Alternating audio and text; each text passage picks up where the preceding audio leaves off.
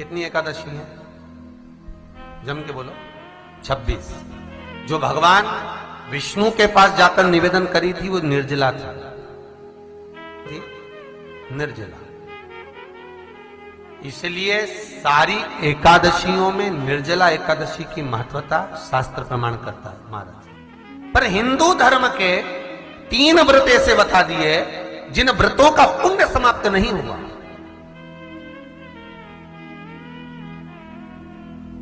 हिंदू धर्म के 3 व्रत ऐसे हो गए जिनका पुण्य समाप्त नहीं हुआ महाराज। क्यों? जिनका पुण्य प्रबलता में बढ़ता गया। पहले नंबर पर एकादशी, दूसरे नंबर पर प्रदोष और तीसरे नंबर पर शिवरात्रि। एकादशी आकर खड़ी हो गई। अब निर्जला के दिन शिव महापुराण की कथा कहती है, स्कंद पुराण कहती है कि आप वर्ष भर की एकादशी का क्रम भले ना करें, पर निर्जला एकादशी के दिन जो तुलसी हम ठाकुर जी को समर्पित करते हैं, वो तुलसी, ध्यान देना, वो तुलसी अगर मान लो आपके पास में रखी है, निर्जला एकादशी के दिन भगवान ठाकुर जी को, शालिग्राम जी को, लड्डू गोपाल जी को आपके घर में, आपके मंदिर में जो आपने भगवान को तुलसी समर्पित करी है, वो तुलसी मान लो तुम्हारे पास रखी है और कोई व्यक्ति को बहुत बहुत ज्यादा कष्ट है शरीर में, बहुत बहुत कष्ट है, थोड़ी सी वो तुलसी चढ़ी हुई ठाकुर के चरणारविंद की, आप उस जीव को दो तो सही, आधा घंटा इंतजार करो, स्वास्थ्य में अंतर आना प्रारंभ हो जाता है उस निर्जला का। क्योंकि निर्जला ऐसी एकादशी है जिसने जगत में जाकर, देवताओं के पास जाकर निवेदन करा है जग कल्याण के। जितनी भी माताएं एकादशी का व्रत करती, बहुत ध्यान से सुनना आज की कथा को, शायद जिंदगी में मिली ना मिली, और ये कथा का रिश्ता तो बहुत ध्यान से सुनना। स्कंद पुराण यहां तक कहती है कि इस कथा के चरित्र को जो श्रवण कर लेता है उसको 26 एकादशी करना भी नहीं पड़ती। इस एकादशी की केवल ये कथा सुनकर ही वो तर जाता है। बहुत ध्यान से सुनना इसको, कथा को। एकादशी के दिन जब आप जल शंकर को चढ़ाने तो रोज ही जाते, जब एकादशी का दिन रहे और शंकर जी के मंदिर में आप जल समर्पित करें तो 3 बार मुख से स्वधा स्वधा स्वधा या स्वधा स्तोत्र का पाठ, जिसमें 12 श्लोक, 2-4 हैं। पैसा तो आ रहा है पर घर में टिक नहीं रहा। डॉक्टर में, पुलिस में, एक्सीडेंट आदि में, कहीं गलत जगह पर, व्यसन में अगर पैसा जा रहा है, जुए में, मांसाहार, मदिरा पान, या कहीं आया पैसा, पैसा आने में कमी नहीं, आ रहा है पर टिक नहीं रहा, रुक नहीं रहा। कोई मांगने आ गया, दे दिया, फिर वहां से अपने पास नहीं आ रहा, अपन कह रहे हैं भैया हमारा पैसा लौटा दो, नहीं आ रहा। तो महाराज शिव महापुराण की कथा कहती है एकादशी के दिन गंगा के जल में मात्र 7 बेलपत्री डालकर, जो नंदीश्वर भगवान अर्थात जो शंकर जी के शिवलिंग के सामने नंदी होता है, उस नंदी के चरण पर गंगा का जल चढ़ाकर बेलपत्री शिव पर समर्पित कर देता है, उसके घर में रुपया रुकना चालू हो जाता है। फिर वो गलत जगह पर नहीं जाता, गलत स्थान पर वो धन जाएगा ही नहीं। तूने समझा, मांग तुझे क्या चाहिए। एकादशी ने भगवान विष्णु से कहा, नाथ प्रभु वर दे दो, मृत्यु लोक में जो मनुष्य मेरा व्रत करेगा, चाहे जलचर, थलचर, वायुचर या सांसारिक मनुष्य, मेरा अगर एकादशी का व्रत करेगा, प्रभु उसके यहां धन धान्य वैभव सुख संपदा बढ़ेगी और उस जीवात्मा को नरक नहीं भोगना पड़ेगा, सीधे वैकुंठ का उसको वास मिलेगा। जब जीव आत्मा को लेकर चला जाएगा, यम के दूत जब बंदी बनाकर ले जा रहे होंगे उस जीवात्मा को, जिसके प्राण छूटे होंगे, यम के दूत जब बंदी बनाकर ले जा रहे होंगे, तब मुझे वर दो कि मैं इसका हाथ पकड़कर बेतन्नी से पार उतार कर सारे नरकों से निकालती हुई आपके धाम में लेकर आऊं। भगवान ने वर दे दिया, तथास्तु। हे एकादशी सुनो, मृत्यु लोक का मनुष्य अन्न का त्याग कर कर, क्योंकि अन्न में एकादशी के दिन पाप पुरुष रहता है, अन्न का त्याग कर कर एकादशी के दिन जो मनुष्य तुम्हारा व्रत धारण करेगा, उस व्रत को करेगा और उस व्रत को धारण करेगा, उसकी मनोकामना पूर्ण होकर वो मेरे ही धाम को जाएगा। ये तो हुआ एकादशी के जन्म की कथा। एकादशी के दिन गंगा के जल में मात्र 7 बेलपत्री डालकर जो नंदीश्वर भगवान अर्थात जो शंकर जी के शिवलिंग के सामने नंदी होता है, उस नंदी के चरण पर गंगा का जल चढ़ाकर बेलपत्री शिव पर समर्पित कर देता है, उसके घर में रुपया रुकना चालू हो जाता है। फिर वो गलत जगह पर नहीं जाता, गलत स्थान पर वो धन जाएगा ही नहीं। बेटा अगर व्यसन में पड़ा हुआ है, मदिरापान में पड़ा हुआ है, मांसाहार में, जुए आदि में जा रहा है, तुम्हें लग रहा है कि मेरा बेटा गलत मार्ग पर जा रहा है, ये मित्र दोस्ती गलत हो रही है, वो सही जगह पर आ जाए। करना है एकादशी।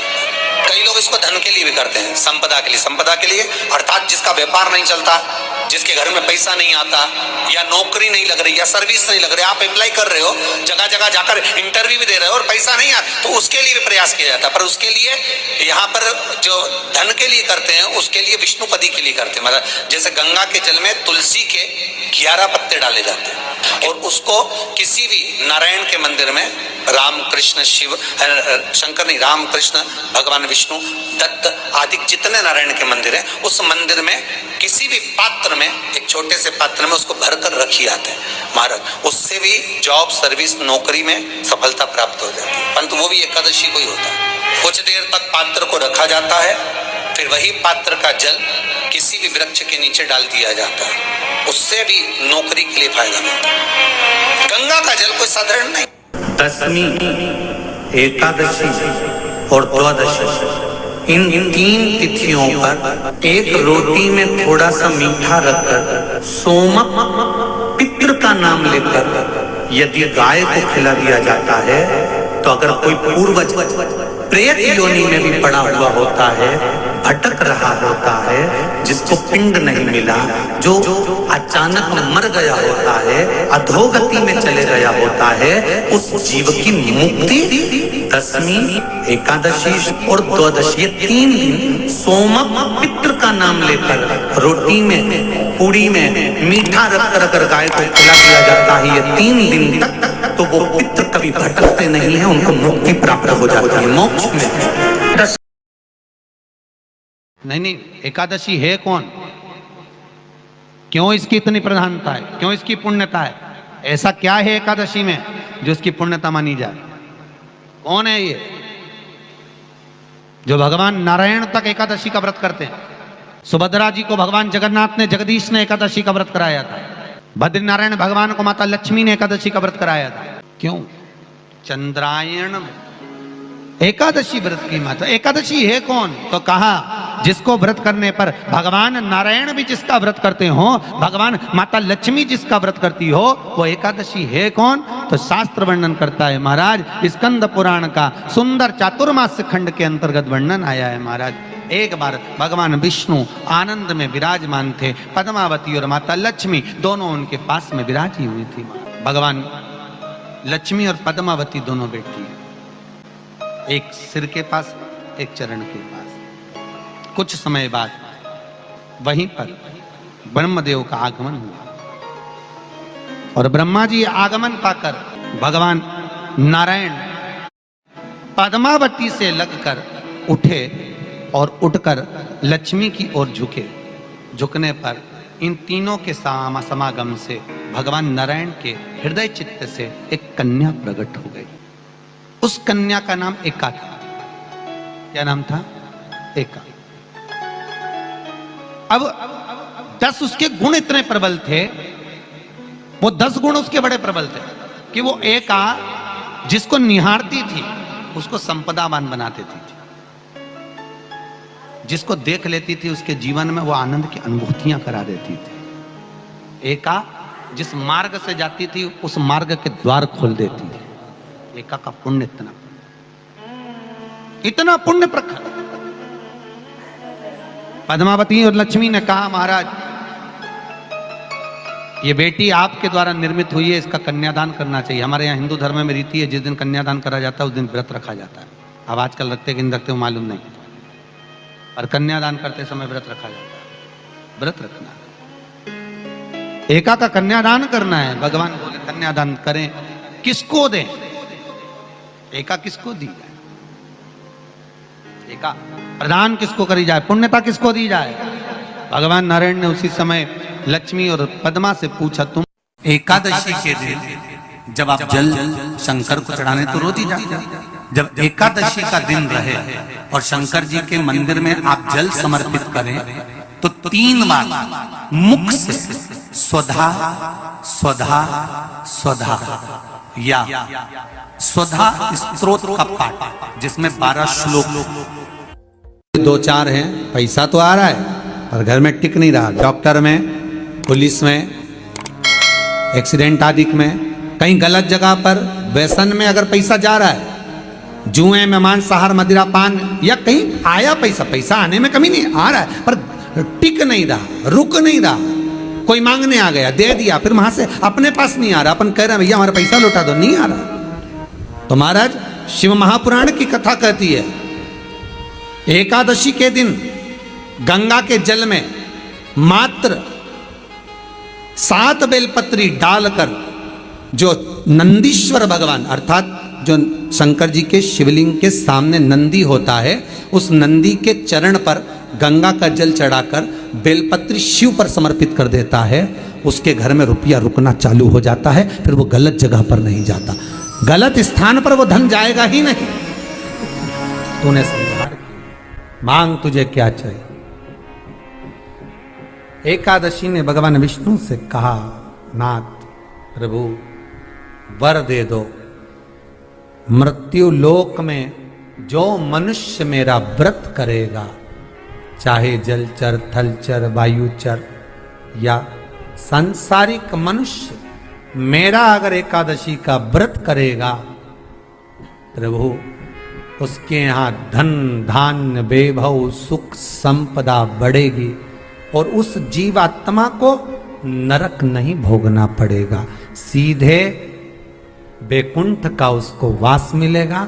जब जीव आत्मा को लेकर चला जाएगा, यम के दूत जब बंदी बनाकर ले जा रहे होंगे उस जीवात्मा को, जिसके प्राण छूटे होंगे, यम के दूत जब बंदी बनाकर ले जा रहे होंगे, तब मुझे वर दो कि मैं इसका हाथ पकड़कर बेतन्नी से पार उतार कर सारे नरकों से निकालती हुई आपके धाम में लेकर आऊं।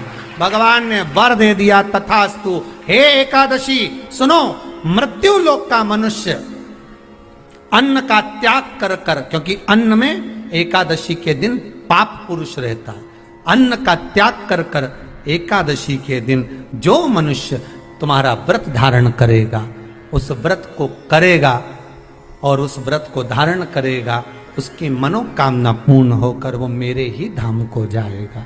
ये तो हुआ एकादशी के जन्म की कथा। एकादशी के दिन गंगा के जल में मात्र 7 बेलपत्री डालकर, जो नंदीश्वर भगवान अर्थात जो शंकर जी के शिवलिंग के सामने नंदी होता है, उस नंदी के चरण पर गंगा का जल चढ़ाकर बेलपत्री शिव पर समर्पित कर देता है, उसके घर में रुपया रुकना चालू हो जाता है। फिर वो गलत जगह पर नहीं जाता, गलत स्थान पर वो धन जाएगा ही नहीं। बेटा अगर व्यसन में पड़ा हुआ है, मदिरा पान में पड़ा हुआ है, मांसाहार में, जुए आदि में जा रहा है, तुम्हें लग रहा है कि मेरा बेटा गलत मार्ग पर जा रहा है, ये मित्र दोस्ती गलत हो रही है, वो सही जगह पर आ जाए। करना है एकादशी। कई लोग इसको धन के लिए भी करते हैं, संपदा के लिए। संपदा के लिए अर्थात जिसका व्यापार नहीं चलता, जिसके घर में पैसा नहीं आता, या नौकरी नहीं लग रही, या सर्विस नहीं लग रही, आप अप्लाई कर रहे हो, जगह जगह जाकर इंटरव्यू भी दे रहे हो और पैसा नहीं आता, तो उसके लिए भी प्रयास किया जाता है। पर उसके लिए यहाँ पर जो धन के लिए करते हैं, उसके लिए विष्णुपदी के लिए करते हैं। मतलब जैसे गंगा के जल में तुलसी के 11 पत्ते डाले जाते हैं और उसको किसी भी नारायण के मंदिर में, राम कृष्ण शिव शंकर नहीं, राम कृष्ण भगवान विष्णु दत्त आदि जितने नारायण के मंदिर हैं, उस मंदिर में किसी भी पात्र में, एक छोटे से पात्र में उसको भरकर रखी आते हैं महाराज। उससे भी जॉब सर्विस नौकरी में सफलता प्राप्त हो जाती है। परंतु वो भी एकादशी को ही होता है। कुछ देर तक पात्र को रखा जाता है, फिर वही पात्र का जल किसी भी वृक्ष के नीचे डाल दिया जाता है, उससे भी नौकरी के लिए फायदा मिलता है। गंगा का जल कोई साधारण नहीं। दशमी, एकादशी और द्वादशी, इन 3 तिथियों पर एक रोटी में थोड़ा सा मीठा रखकर सोमक पितृ का नाम लेकर यदि गाय को खिला दिया जाता है, तो अगर कोई पूर्वज प्रेत योनि में भी पड़ा हुआ होता है, भटक रहा होता है, जिसको पिंड नहीं मिला, जो अचानक मर गया होता है, अधोगति में चले गया होता है, उस जीव की मुक्ति दशमी, एकादशी और द्वादशी, ये 3 दिन सोमक पितृ का नाम लेकर रोटी में, पूड़ी में मीठा रखकर अगर गाय को खिला दिया जाता है ये 3 दिन तक, तो वो पितृ कभी भटकते नहीं है, उनको मुक्ति प्राप्त हो जाती है, मोक्ष में।